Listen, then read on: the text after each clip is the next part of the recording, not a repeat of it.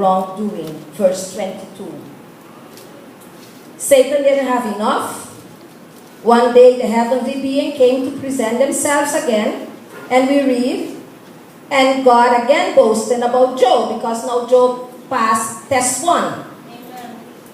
And then we read that in verse 3, God asked the question again, have you considered my servant Job? There is no one like him on the earth, a blameless and upright man who fears God and turns away from evil. Meaning, the same sentence is repeated. That means that after that first attack, that Job remained in that same attitude of honoring and worshiping God. It has not changed, because God was able to boast in the similar manner about Job.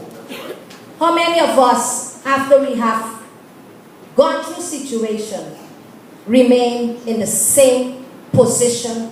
Our relationship with God is the same. How many of us could say that? It's something to think about. This time Satan said, skin for skin. All that people have, they will give to save their lives. Now he's going after the life of Job. But stretch out your hand now and touch his bone and his flesh, and he will curse you to your face. This little boy Satan, that's how I call him, is very sure of himself. So God, who foreknew us, said, very well, he is in your power. Only spare his life. The first time he had to spare the body, now he has to spare his life. So Satan went out from the presence of the Lord and inflicted loathsome of sores on Job, from the sole of his foot to the crown of his head. When I read that, I stopped for a moment, because a revelation hit me. God blesses us from the crown of our head to the sole of our feet. But Satan inflicted Job from the sole of his feet until he reached to the crown of his head. That tells me something. My God revealed that Satan is actually under our feet.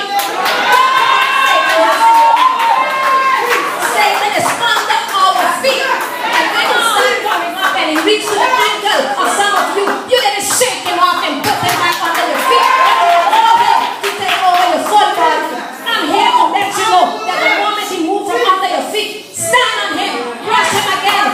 He's under your feet. He's under your feet. He did not start from the crown of his head because he has no God in there. But he's under your feet. And we allow him to creep and creep and creep until he took over. Sometimes he even speak words of regrets against us, against our own self, because we give in, and then we speak foolish words and help the enemy. But the moment you feel he move, put him back under your feet where he belongs, because God has given us the authority. Honor God with the authority that he has given you. Because when you don't do the things that God expects you to do, then you're not honoring him. Because we make God look like he doesn't know what he's doing. Devil all over harassing the people of God.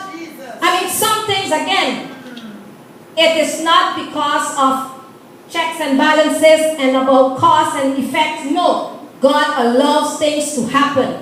But this time, some of us are going through things that we ourselves did not take charge on time. The moment he showed his head, put him back under your feet where he belongs. If we're going to honor God this year, and we're going to start by knowing that you need to keep the devil under your feet, because he will come to disturb you and you will not be able to do that which God has called you to do, because in honoring him, he's going to honor you.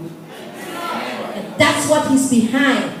For he to get some honor. And sometimes we don't say, Satan, I'm honoring you. No, you don't say it like that. But our actions speaks louder than our words.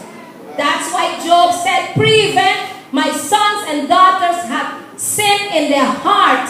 Maybe they didn't say it, and maybe they wanted to keep the party, but Job maybe said something in between, and they can't speak against Job. So, in their heart, man, I wish he could have leave us have a little party how we want. You don't know. But Job so know, he therefore would go and make sure that everybody get consecrated. So what you do, you need to consecrate all the time. If you honor God, you cannot honor God with yesterday's anointing. You cannot live on yesterday's anointing. Paul says it beautifully. He said, die daily. If we could only understand that every day, and daily don't mean every way you sleep and wake up, but continuously all the day long, as how you pray continuously in the spirit, you must kill flesh. If you want to honor the Most High God, honorable God, a holy God, we need to start understanding who we're going in to honor it. If we're going to honor some little person, it's a different situation. Then we clean up ourselves, we fix, we do all kind of nonsense. And then the holy God, Spirit, again, then you need to clean your spirit. Get the spirit right with God so you can honor Him. Otherwise, you cannot honor God.